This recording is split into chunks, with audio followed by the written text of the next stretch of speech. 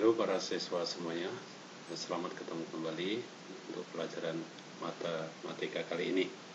Saya berharap pada kalian semua dalam kondisi yang bahagia dan kondisi yang selalu sehat. Meski dalam masa pandemi COVID-19, saya pikir kalian semua tetap semangat. Mari kita belajar tentang peluang dan frekuensi harapan suatu kejadian.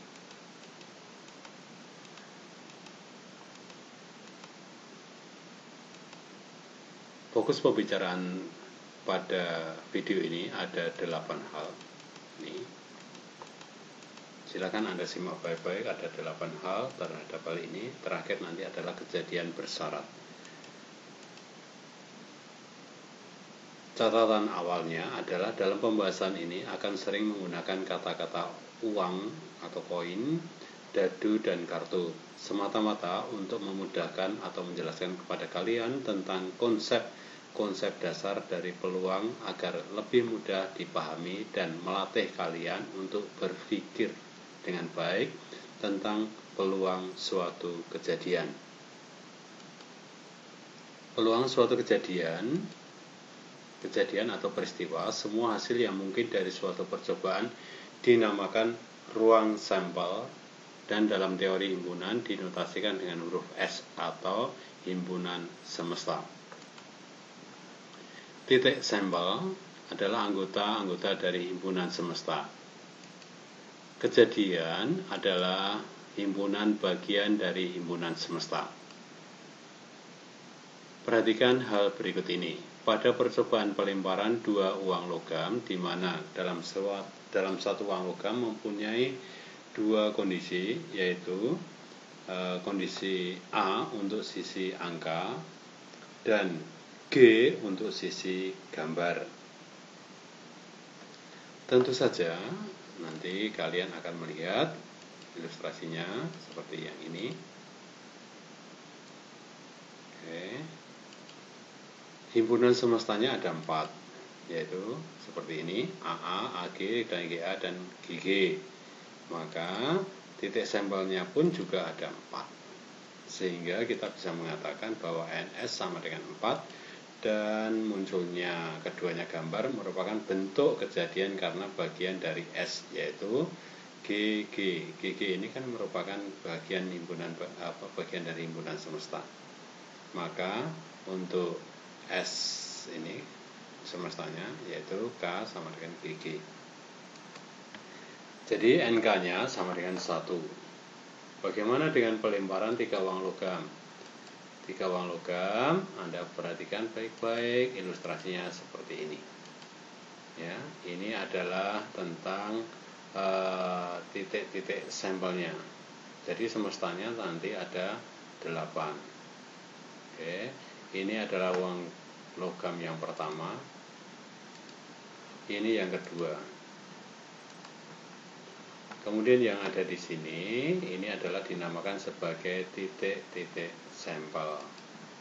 Ini titik sampelnya. Titik sampelnya ada 8. Nih. Oke, baik, dipahami baik-baik ya. Ini AA didapat dari mana? A, G, A, G, kan gitu. Oke, lanjut. Perhatikan untuk pelemparan undi 2 buah dadu. Kalau 2 buah dadu, maka pelemparannya, undinya adalah gambarnya seperti ini. Ini dadu pertama, dadu kedua, atau sebaliknya. Yang ada di sini dinamakan sebagai semestanya atau titik-titik sampelnya. Kalau ini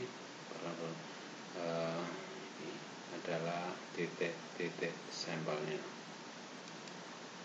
Ini semua adalah titik sampelnya, ada 36 titik sampel, sehingga semestanya nanti ada 36. Nih.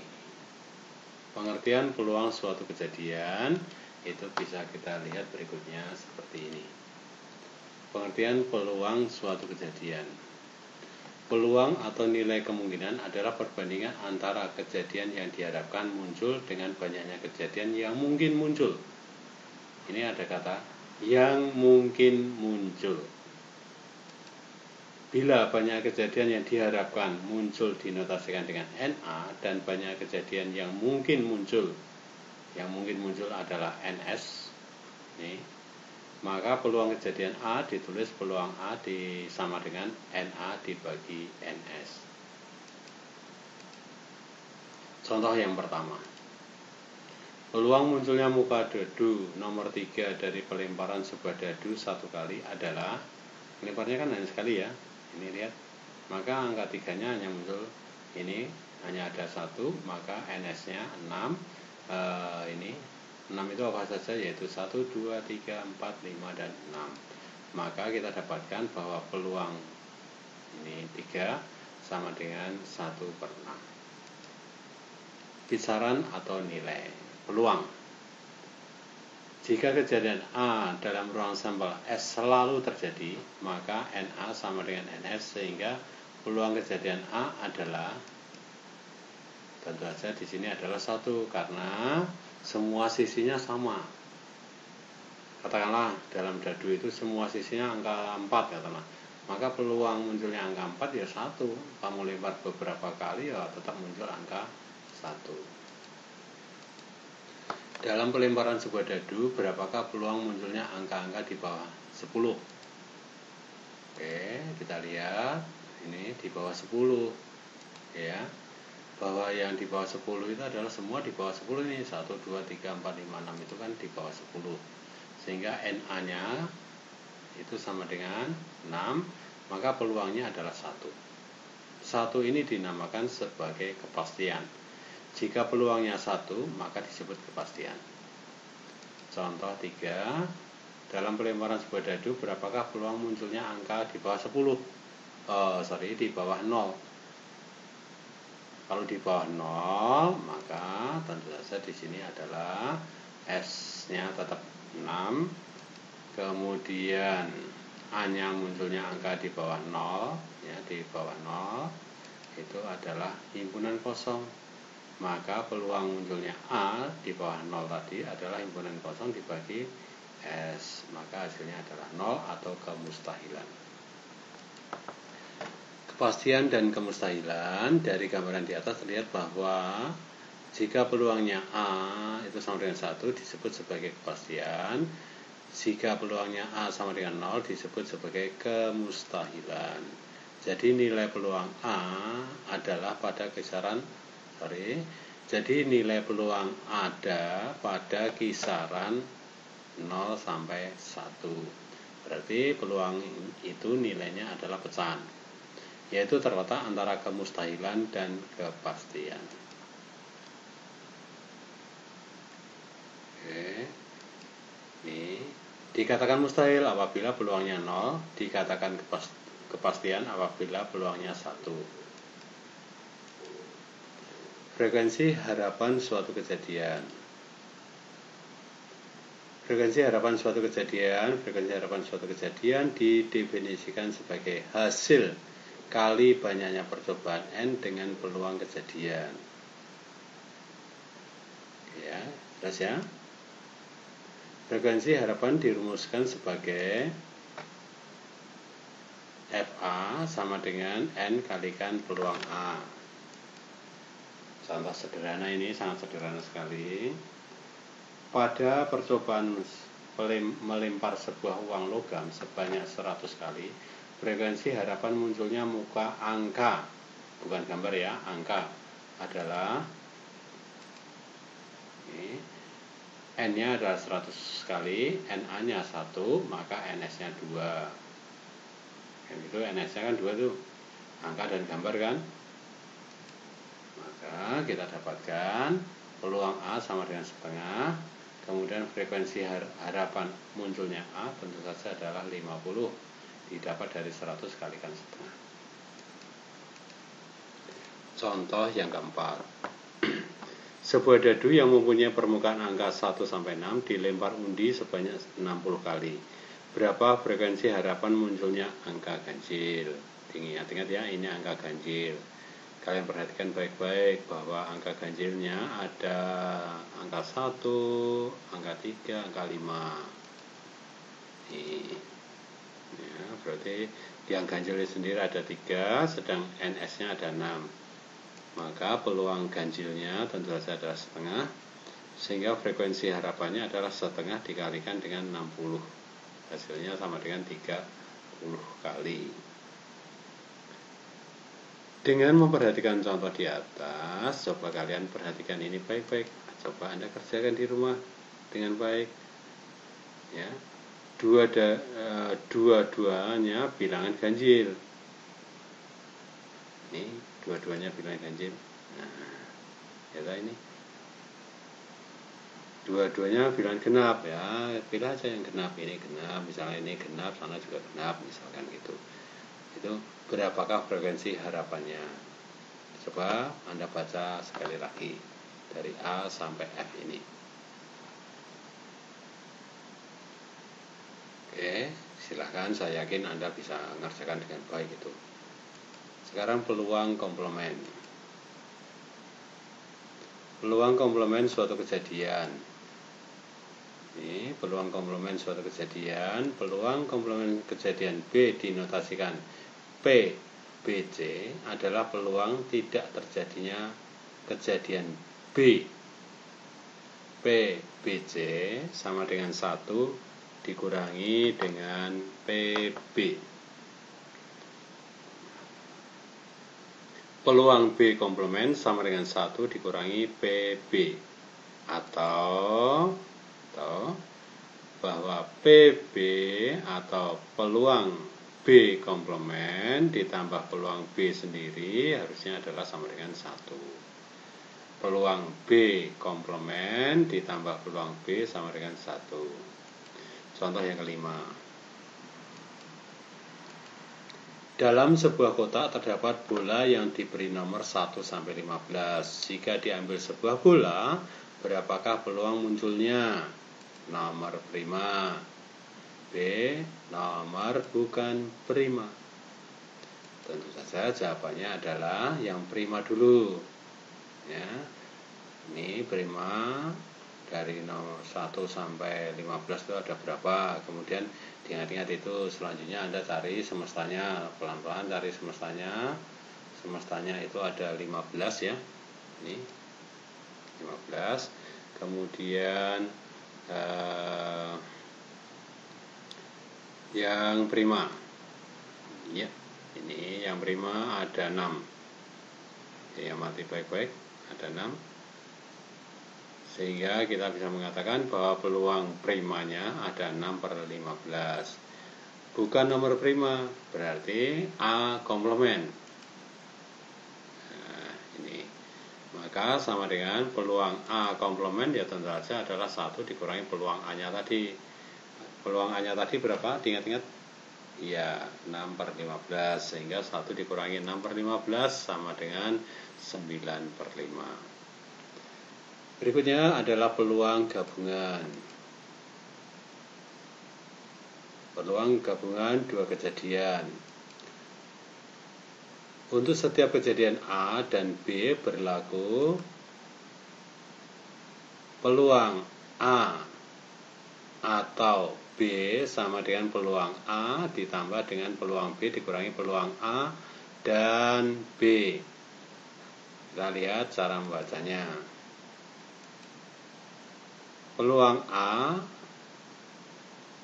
atau B dibaca peluang kejadian A atau B. Ini U sini atau. Peluang kejadian A dan B dibaca peluang kejadian A dan B.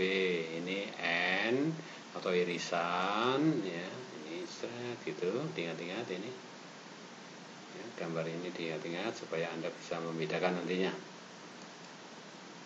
Contoh ke-6.